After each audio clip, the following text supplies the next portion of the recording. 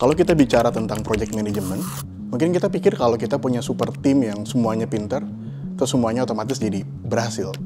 Sebenarnya belum tentu juga. Contoh, misalnya tim terbaik di dunia salah satunya mungkin NASA. NASA pernah bikin project namanya Apollo 13, misinya seperti yang kita tahu mendarat di bulan, dan misinya gagal waktu itu. Gagal dalam arti mereka nggak berhasil mendarat di bulan, tapi akhirnya astronotnya berhasil pulang ke bumi, at the very least selamat semuanya. Nah, pertanyaannya kenapa bahkan tim sebaik dan sehebat NASA bisa gagal dalam proyek yang besar? Halo, perkenalkan nama saya Adrian Danar. Selamat datang di kelas Pakar Malaka.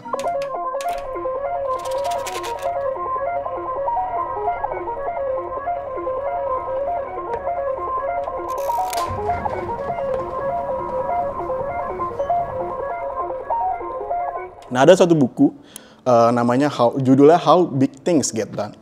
Jadi itu membahas tentang secara riset dibahas bagaimana proyek-proyek besar itu berhasil dan kenapa proyek besar itu ada yang banyak yang gagal. Seberapa banyak yang gagal? Ada 9 dari 10 proyek besar yang didefinisikan proyek besar, artinya resource-nya banyak, uangnya banyak, scale-nya besar gitu ya. Itu gagal. Jadi hanya satu yang berhasil. Dalam arti secara budget, secara timeline, secara objektif, itu semuanya berhasil sesuai dengan plan. Pertanyaannya kenapa?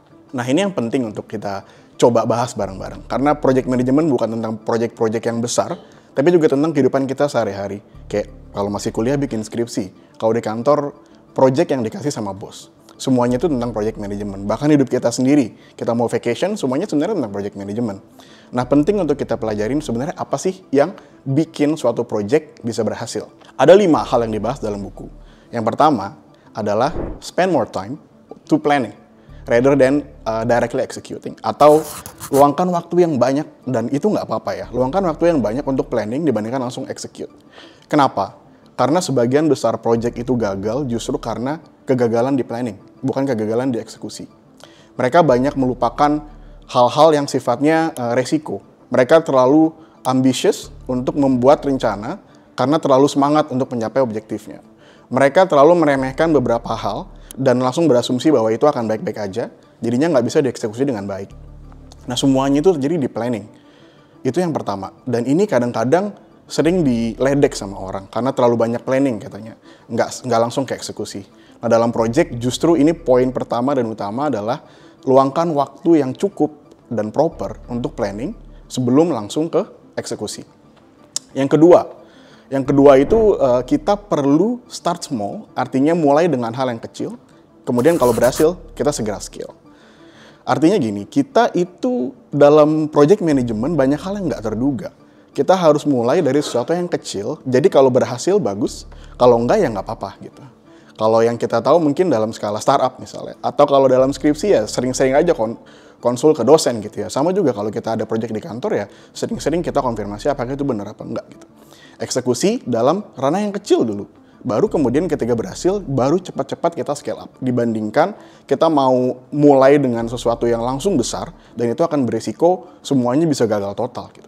Jadi memulai sesuatu yang kecil dan berangkat dari situ baru kita scale up, itu sangat bagus karena kita bisa maintain our resource. Kegagalan yang manageable, itu kemudian bisa kita pelajari untuk keberhasilan yang kita scale up. Itu poin kedua.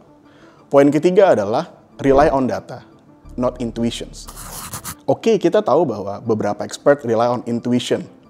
Bahwa intuisi itu ada kok gitu ya. Ada expert yang menggantungkan judgment-nya ke intuition.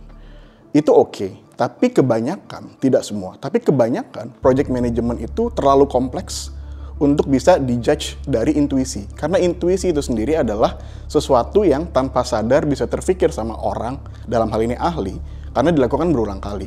Masalahnya tidak ada project yang unik.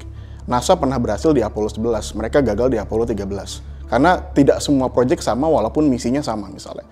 Dan itu ngomongin NASA, dan banyak sekali yang kita anggap sama ternyata tidak. Dan itu bisa membuat kegagalan yang fatal. Kenapa kita harus rely on data? Karena data yang jujur. Data tidak punya bias, data tidak punya ambisi yang berlebihan dalam arti sampai titik di mana kita berusaha melupakan resikonya. Jadi selalu rely on data dibandingkan intuisi, karena data itu hal yang sangat penting ketika kita monitor dan planning the project. Itu yang ketiga.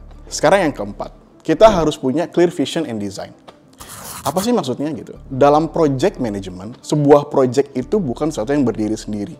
Project itu pasti digunakan atau dibuat untuk sesuatu yang lebih besar, sebuah strategi yang lebih besar. Contoh misalnya kita mau mengerjakan skripsi gitu ya. Itu satu hal yang kita butuhkan untuk lulus kuliah gitu, mendapat gelar gitu ya.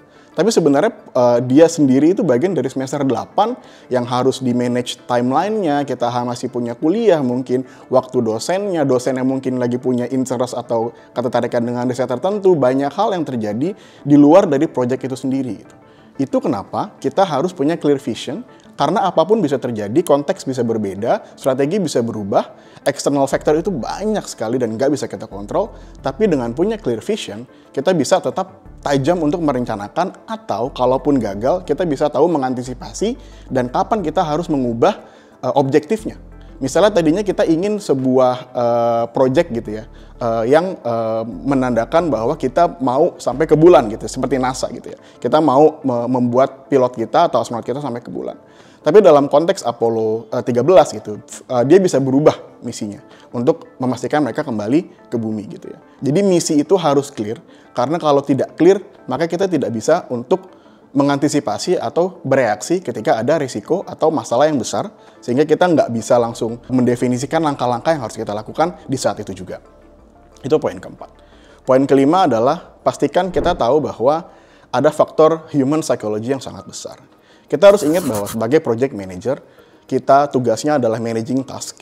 Tapi kalau ada banyak stakeholders, kita leading the people gitu. Artinya task itu mungkin objektif, hard fact, penuh dengan data yang tadi kita bahas di poin sebelumnya. Tapi manusia itu penuh dengan bias, penuh dengan emotion, penuh dengan intrigue kalau memang ada komunikasi yang tidak berjalan dengan baik.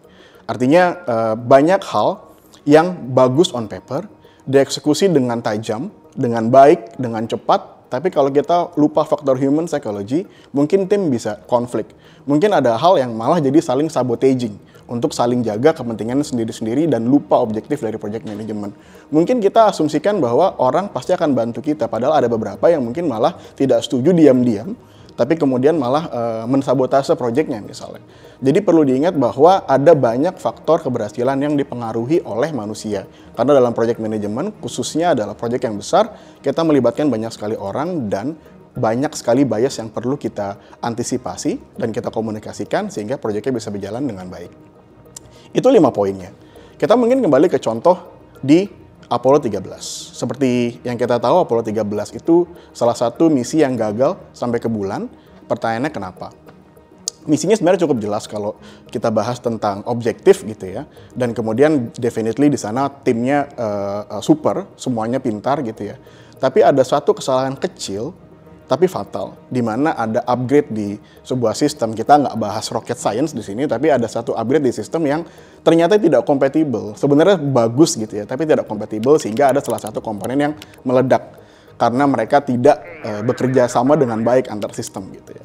Padahal di NASA itu banyak orang yang bisa melihat itu, tapi karena mereka pikir upgrade pasti kompatibel, ada mispersepsi bahwa ketika upgrade pasti lebih baik, padahal sebenarnya kalau ada upgrade yang tidak disertai oleh assessment yang cukup untuk resiko, maka bisa jadi celaka gitu. Nah yang terjadi akhirnya misinya gagal, salah satu komponen meledak, tapi tidak roket yang meledak. Apa yang terjadi kemudian, mereka panik jelas, karena di misi sebelumnya berhasil, dan itu tidak langsung meledak. Roketnya tetap bisa berjalan, mereka tetap bisa at some point tetap bisa hidup gitu, karena masih ada cukup oksigen, tapi kemudian gimana tentang misi ke bulan gitu ya. Itu akhirnya diputuskan dengan clear, karena punya clear vision tadi, untuk misi kita ubah, dan itu dideklarasikan. Kita tidak lagi menunjukkan Apollo 13 untuk mengirim manusia ke bulan, tapi kita ingin memulangkan astronot kita dengan selamat. Ada banyak sekali yang kita bisa pelajari di situ, ada banyak hal yang diubah, ada banyak yang digunakan, bagian roket yang digunakan, yang tadinya oksigen untuk bernafas, akhirnya ditambah untuk salah satu komponen untuk mereka bisa boosting balik ke bumi. Banyak hal yang kalau kita mau bahas, tapi intinya adalah ketika visinya berubah dan semua orang bersatu gitu ya, punya satu semangat yang tadi faktor psikologinya yang tadinya desperate gitu ya, udah putus asa akhirnya punya semangat yang baru untuk memulangkan astronotnya, maka semuanya bisa bekerja sama dengan baik, termasuk astronotnya yang tadinya panik, yang ada langsung di kondisi yang berbahaya gitu. Itu contoh sederhana dari Apollo 13 gitu ya. sebenarnya itu proyek besar, jadi mungkin susah dibayangkan. Tapi gimana kalau konteksnya lebih sederhana gitu. Misalnya kita mau jalan-jalan ke yang paling deket mungkin Singapura gitu ya. Let's say kita mau bikin plan untuk trip. Walaupun nggak semua orang seneng langsung plan ya saat trip. Tapi let's assume that kita mau bikin plan lah sebelum trip ke Singapura gitu. Ada banyak hal yang kita mau coba, makanan, tempat, kemudian kita mau bingung mau hotel di mana dan segala macam gitu. Jadi gimana nih cara kita untuk menentukan hari apa, kemana, dan kita stay di mana gitu. Ada banyak cara, cuma salah satu contoh ya. Kalau kita bisa bikin planning yang proper, sebenarnya kita bisa list semua tempat yang mau kita datangi, makanan, wisata, atau sekedar shopping, itu kita list misalnya. Kemudian langkah kedua adalah ya kita map aja gitu di Google Maps gitu ya, karena kita nggak mau buang waktu nih di perjalanan gitu, misalnya sebagai contoh project management. Terus kemudian dari titik itu kita coba cari lagi gitu. Kayaknya nggak semuanya buka 24 jam deh. Kayaknya ada jam yang bukanya pagi, ada jam yang lebih baik datangi malam. Kemudian kita list tuh, oh di mana yang seharusnya didatangi di jam berapa, atau at least di siang atau malam lebih bagus yang mana gitu. Baru dari situ kita bisa convert ke dua hal. Yang pertama kita bisa tahu bahwa oh ternyata dari semua titik hotel ini adalah titik terbaik karena waktu perpindahan kita jadinya efisien. Kita nggak buang banyak waktu gitu misalnya. Atau juga misalnya, oh waktunya tuh lebih baik kalau seandainya ada tempat yang kita switch nih. Ada yang tadinya siang jadi malam, ada yang malam jadi siang. Nah semua hal yang ada kayaknya sederhana gitu ya. Tapi ketika kita planning di hal-hal yang seperti itu, maka kita bisa dapat trip yang mungkin yang terbaik gitu, sesuai dengan apa yang lagi kita pengen kunjungin gitu ya. Gimana kalau kita pengen berubah tiba-tiba? It's okay, it's like Apollo 13, tadinya mau ke bulan, mau ke sekarang dipulangin ke bumi gitu ya. Tapi again, poinnya adalah balik ke 5 poin tadi sih, bahwa all the points itu matters, nggak cuma untuk misi bulan yang sangat kompleks, nggak cuma untuk mega project yang mostly dibahas dalam buku gitu ya, tapi juga untuk hal yang sangat sederhana gitu. Karena ketika kita ingat bahwa sebuah project itu punya success factor yang jelas, selama kita ingat tentang itu, apapun yang sifatnya eksternal dan apapun yang membuat kita mungkin gagal, kita jadi tahu gimana cara bereaksi. Dan kita juga bisa tahu gimana caranya untuk memastikan objektif kita tetap tercapai, walaupun mungkin objektifnya jadi perlu diubah. Either karena masalah darurat, atau mungkin karena kita di tengah jalan sadar bahwa memang seharusnya objektifnya diubah untuk hal yang lebih baik gitu. Jadi kalau penasaran teman-teman bisa baca langsung bukunya. Tapi sekali lagi, project management itu berguna bukan cuma buat ngerjain project yang besar, bukan cuma untuk di kuliah, bukan cuma untuk di kerjaan, tapi bahkan untuk di kehidupan kita sehari-hari. Jadi dari semua hal yang kita bahas, sebenarnya apa sih kalau mau dirangkum menjadi hal yang sederhana gitu ya? Sebenarnya ada satu kalimat sih. If you fail to plan, you plan to fail gitu. Jadi itu merangkum semua poin yang tadi kita bahas, bahwa sebegitu pentingnya planning, walaupun kelihatannya sekilas kayak buang waktu, sekilas kayak itu seharusnya langsung eksekusi aja karena itu kayak nggak kelihatan hasilnya gitu ya. Tapi ya kalau kita gagal dalam merencanakan, itu sama aja sama kita merencanakan kegagalan gitu. Jadi pastiin kita ingat poin-poin yang tadi supaya semua project yang kita pegang, dari yang gede sampai yang kecil, kehidupan kita sehari-hari bisa berjalan dengan baik.